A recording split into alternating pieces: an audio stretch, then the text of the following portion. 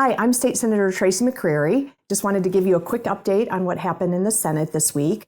The Senate third read Senate Bills 45 and 90, which is the postpartum extension language. I've talked to you about this pretty much since session has started. I voted no on the bill, even though it did contain my bill. I'm not pleased with the language that a select few put into the Senate substitute. So I voted no because I just don't think it will accomplish what the vast majority of my colleagues and what Missourians want to accomplish, which is providing health care coverage for low-income women postpartum. I voted no, but it's only early March, and I remain hopeful that the Missouri House of Representatives can figure out a way to clean up this bill and help us get this life-saving legislation across the finish line before session ends in mid-May. I had a hearing this week in the Health and Welfare Committee. Senate Bill 91 is a bill, it's kind of a two-way street bill. It will allow for reporting of abuse of our most vulnerable citizens and animals. So the first part of the bill would require animal control officers and animal humane investigators to be mandated reporters when they're out taking a look at things if they see a potential case of abuse or neglect of children,